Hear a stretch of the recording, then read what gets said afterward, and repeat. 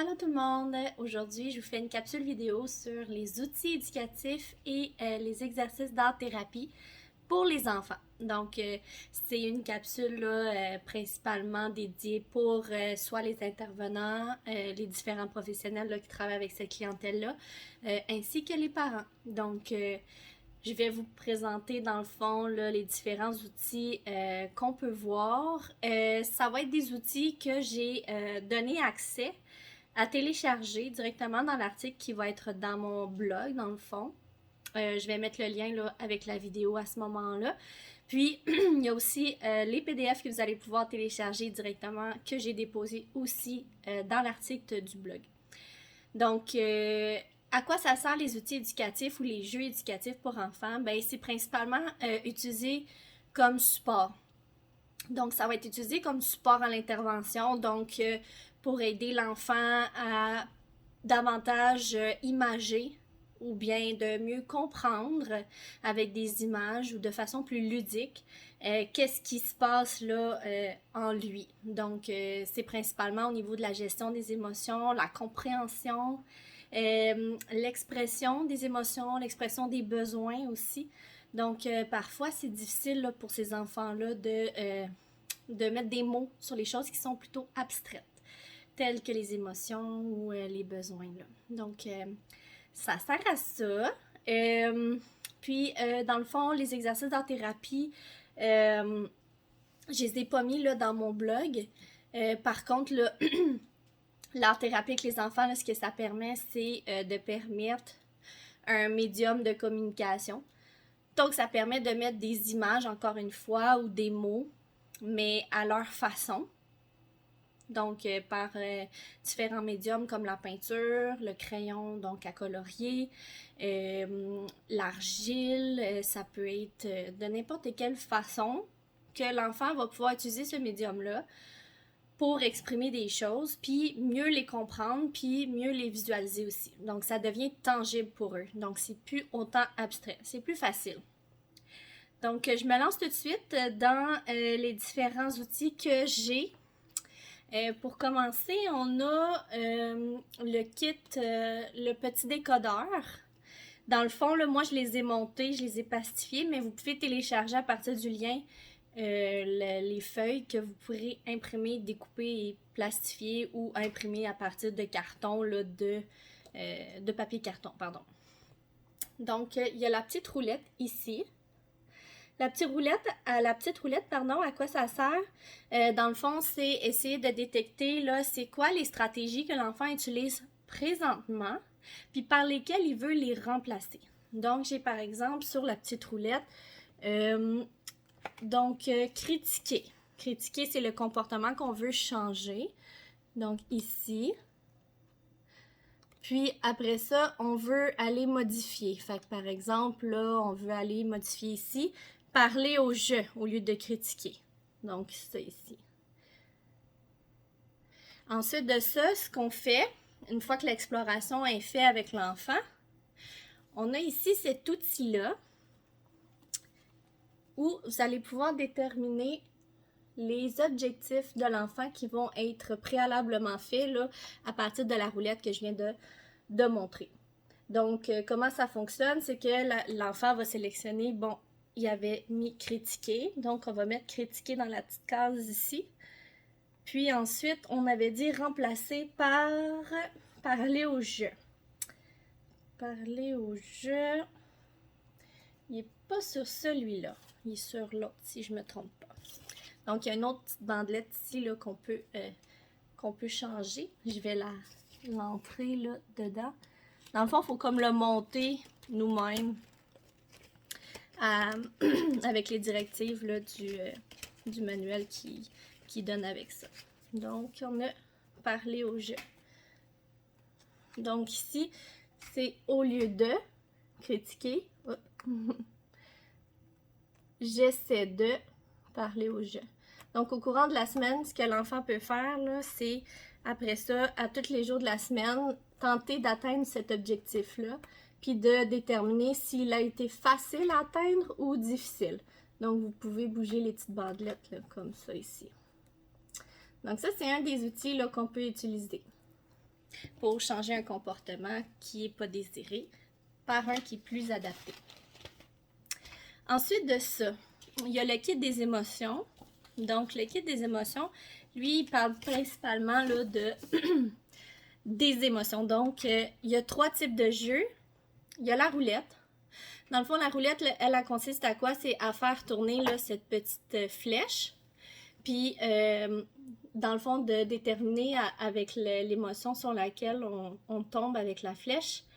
Dans le fond, le but, là, c'est d'aller parler d'un moment où le jeune a vécu cette émotion-là. Donc, de discuter autour là, de ça. Donc, c'est vraiment très basique. Donc, ça en est un. Le deuxième, c'est avec des petits cartons comme ça. Donc, c'est les émotions là, qui sont dessus chacun de ceux-là. Puis, ce qu'on fait, c'est qu'il y a plein de petits mots là, qui seront préalablement découpés ou que vous pourrez faire découper aux jeunes. Donc, c'est des petits mots là, comme ça ici. Donc, on a passion, tranquillité. Et il y en a vraiment beaucoup. Moi, je les ai mis tous dans une enveloppe. Puis, dans le fond, ça consiste à faire piger l'enfant. Puis, quand il pige un mot, il faut qu'il vienne le placer à l'aide d'une petite épingle, là, comme ça. J'en ai acheté au Dollarama, là, de ça, là. Fait que ça se procure bien. Ça pourrait être un trombone aussi. Puis, le but, là, c'est de vraiment venir l'attacher ici. Donc, de tout mettre les émotions que l'enfant va piger sur les bons cartons. Fait que ça permet à l'enfant d'identifier les émotions, comment bien les catégoriser, puis aussi de développer son champ lexical sur les différentes émotions qui peuvent être vécues. Autre que, par exemple, les émotions de base là, qui sont celles ici. Et le dernier, c'est un dé. Même principe là, avec les facettes des différentes émotions que vous allez pouvoir imprimer, soit à l'aide d'une feuille autocollante ou moi je l'avais imprimé là, sur un papier normal. Ouais, un papier normal. Il y a plusieurs façons de le faire en fait. Là. À la base, c'est un dé que vous pouvez seulement monter là, en carton, mais il est vide à l'intérieur, il est très léger puis il peut se briser facilement. Donc j'en ai fait un avec moule en époxy. Donc j'ai fait un carré en époxy, puis j'ai été coller là, les facettes, puis je l'ai recollé pour être sûr que le carton il se défasse pas avec un tape là, par-dessus. Donc ça, dans le fond, ce qu'il faut faire, c'est qu'on peut jouer avec plusieurs enfants. Ça peut être en groupe, ça peut être à 2 ou 3 ou plus. On lance le dé. Dès qu'on arrive sur une émotion, l'enfant doit mimer, dans le fond, l'émotion pour que les autres joueurs puissent deviner l'émotion de façon non verbale. Donc, ça permet à l'enfant de développer là, sa capacité à déterminer puis identifier les émotions chez les autres de façon non verbale. Donc, ça peut être intéressant pour ça. Il y a également un lien pour pouvoir télécharger là, le jeu, puis de pouvoir le monter, puis l'utiliser. Donc, ça, c'est pour les 2 jeux que je voulais vous montrer. Ensuite de ça, il y en a un que j'ai trouvé super intéressant aussi. Je ne sais pas s'il y en a qui connaissent le jeu Double. C'est un jeu de rapidité. Dans le fond, c'est des ronds là, comme ça, avec des images. Puis le but du jeu, c'est de rapidement trouver l'image identique qu'il y a sur son paquet, puis le paquet qui est central, que tout le monde va se référer à ça. Donc, j'ai une fiche là, qui explique les règles du jeu qui peuvent s'appliquer sur celui-là, où vous pouvez utiliser votre créativité puis inventer le vôtre. Là. C'est vraiment à votre guise. Moi, j'ai utilisé mes propres règles là, pour que ce soit plus facile pour moi, finalement. Fait que dans le fond, moi, j'ai fait une liste des émotions. Puis le but, ça dépend là, de ce que vous voulez faire. Moi, le premier jeu que j'ai décidé de faire, c'est avec l'enfant de seulement prendre la rondelle puis de demander à l'enfant s'il est capable d'identifier les émotions sur les différentes images. Aussi basique que ça. Le deuxième jeu, ça consiste à déterminer les émotions des images, mais il y a plusieurs bonhommes qui ont les mêmes émotions, mais ce qu'on veut, c'est vraiment l'aider à développer, dans le fond, son champ lexical par rapport aux émotions. Donc, il y a une liste qui est fait, un tableau que j'ai fait, que l'enfant va pouvoir utiliser pour les mettre à son choix sur les émotions qui, selon les degrés, pour lui, a une différence. Donc, par exemple, il y a une image, pardon, où le bonhomme il est triste, puis il y en a un où le bonhomme il pleure à chaudes larmes. Donc il y a une intensité, une nuance dans l'émotion. Donc ce qu'on veut aller faire, c'est aller chercher un peu plus la compréhension des nuances dans les émotions, puis d'aller chercher un peu plus les connaissances là, au niveau du champ lexical. Puis, une fois que l'enfant ou le jeune maîtrise vraiment bien les différentes émotions, ben là, on peut ajouter une touche de difficulté. Donc, ce qu'on peut faire, c'est qu'une fois qu'on maîtrise bien chacune des images avec les émotions et leur complexité, on peut faire le jeu de rapidité. Donc, de s'assurer d'avoir un paquet au centre, puis d'avoir chacun son paquet aussi. Vous pouvez déterminer le nombre de cartes que chacun aura. Puis, ce qu'on fait dans le fond, c'est que quand on est prêt à commencer à jouer, on tourne la première carte de notre paquet qui est face cachée pour pouvoir essayer rapidement de déterminer, de trouver en fait la même image que dans le paquet du centre et le vôtre avant le joueur adversaire. Donc, c'est ça. Ça, c'est vraiment plus les jeux éducatifs. On vient vraiment faire... vous pouvez ajouter toujours votre propre touche dans ça. Hein. Il n'y a pas de règles rigides dans ça. C'est vous qui usez de votre créativité puis qui pouvez là, le faire avec vos propres règles finalement. Donc ça, c'est pour les jeux principalement. Maintenant, je vais aller avec les outils plus en support à l'intervention, donc pour faire de l'éducation, de la sensibilisation ou aider l'enfant à mieux comprendre les concepts ou les exercices qu'on veut enseigner. Donc, plus pour âgés, là, je dirais entre 12 et 17 ans, il y a l'exercice du papillon. L'exercice du papillon, ça consiste vraiment à une technique pour calmer l'anxiété. C'est comme une technique de respiration, là, puis c'est vraiment à l'aide de mouvements qui fait l'effet d'un battement d'ailes de papillon. Donc, je peux vous le lire, là, puis ça, il est accessible en PDF que vous pouvez télécharger directement sur votre ordinateur. Ce sont tous des outils qui sont gratuits sur les liens que je vais aussi mettre dans l'article de mon blog. Donc, s'il y a d'autres exercices que vous avez envie ou d'autres outils que vous avez envie de télécharger autres que les miens, puis que vous voulez explorer, ben c'est des sites internet finalement pour les intervenants et les parents qui veulent avoir accès à des outils qui sont gratuits. Donc, voilà. Donc, cet exercice simple et facile à réaliser aide à se changer les idées et à développer un sentiment de confiance et de sécurité. Tu peux le faire assis ou couché. Tu peux même le faire discrètement en public. Bon, peut-être pas couché. Place tes mains sur tes genoux et tape doucement, une main après l'autre, à un rythme régulier. Gauche, droite, gauche, droite. Tu peux le faire aussi avec les pieds ou même en croisant tes bras sur le thorax et en tapant tes mains sur les épaules. Donc, de cette façon-là.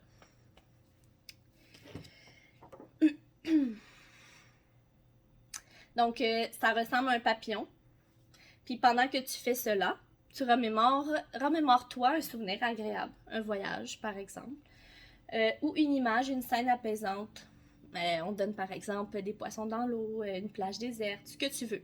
Cet exercice permettra de relier le cerveau droit, donc le siège des émotions, au cerveau gauche, le siège de la pensée logique, pour atteindre un meilleur équilibre et cesser d'être dans la peur.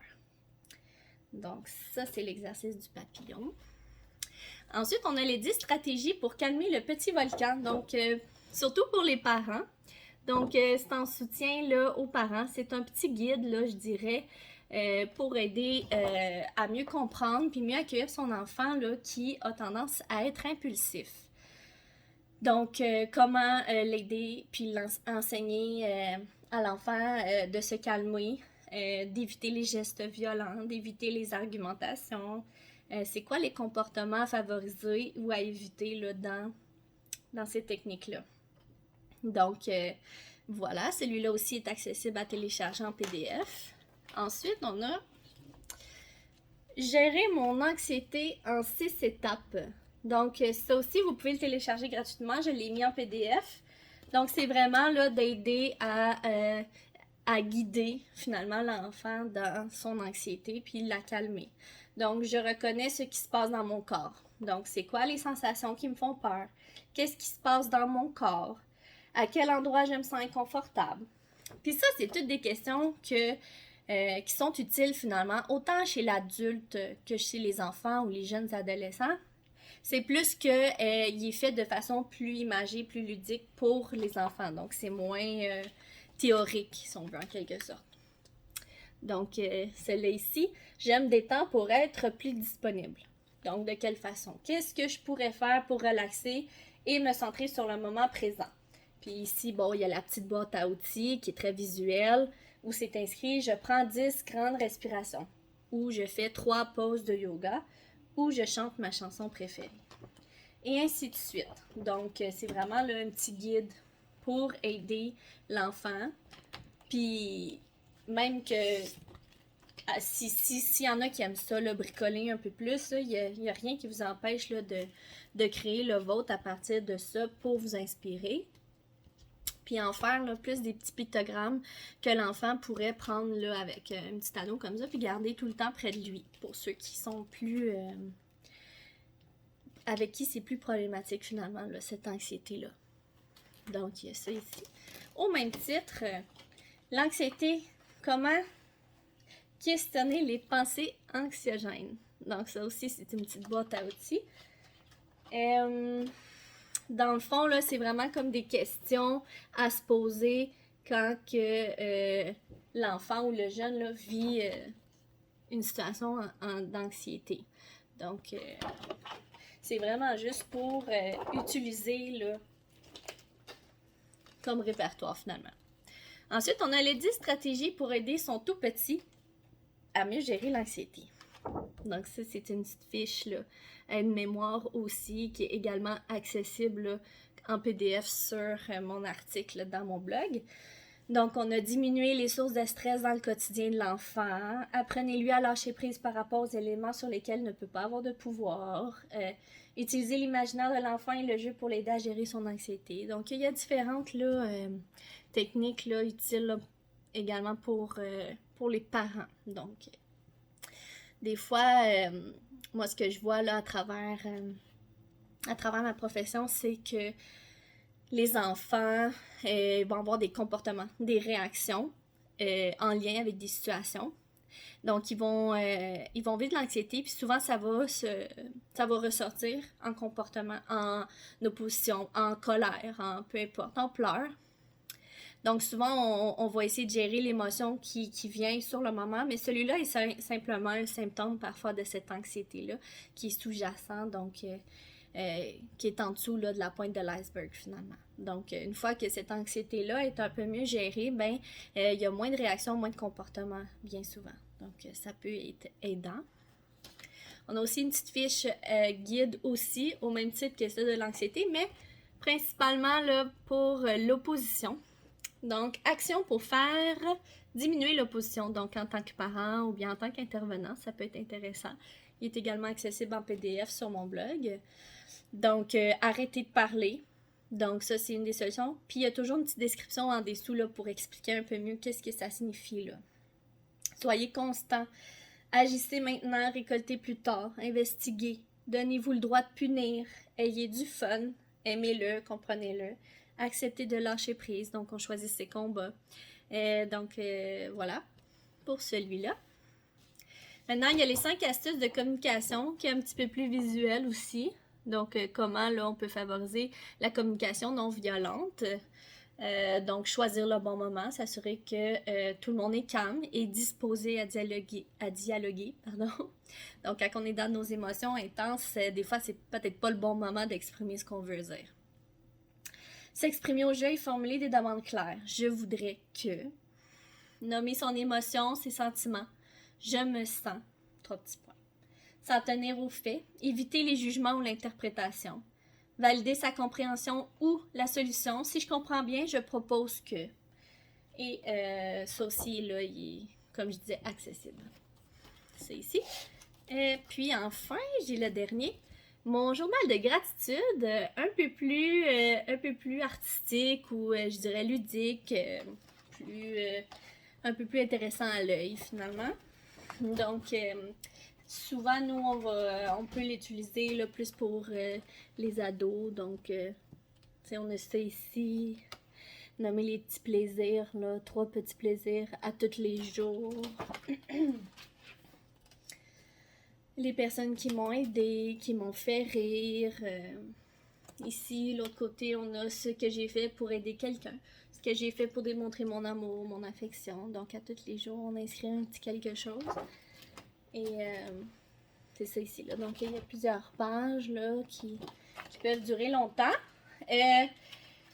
Le journal de gratitude, au même titre que mon journal quotidien que j'ai publié aussi dans un autre article dans mon blog aussi, ce que ça permet, en fait, c'est que ça vient vraiment travailler ton cognitif. Donc, au même titre qu'un muscle, c'est quelque chose qui se travaille, la pensée. Donc, ça permet de faire focusser ta pensée sur les éléments qui sont positifs pour qu'elle prenne plus de place et que les éléments qui sont négatifs ou moins positifs prennent moins de place. Et donc, une fois qu'on a acquis ça, qu'on se pratique à le faire, ça devient plus naturel pour le cerveau de les repérer. Donc, on se trouve là finalement à vivre un quotidien et un futur plus positif et agréable. Donc, ça fait pas mal le tour. Donc, je vais déposer l'article sur mon blog avec les liens, les documents PDF aussi. Puis, si jamais vous avez des questions, ben gênez-vous pas. Donc, voilà, je pourrais en parler pendant encore bien longtemps, mais on finirait plus. Donc, merci. Puis, s'il y a quoi que ce soit, ben, vous gênez pas.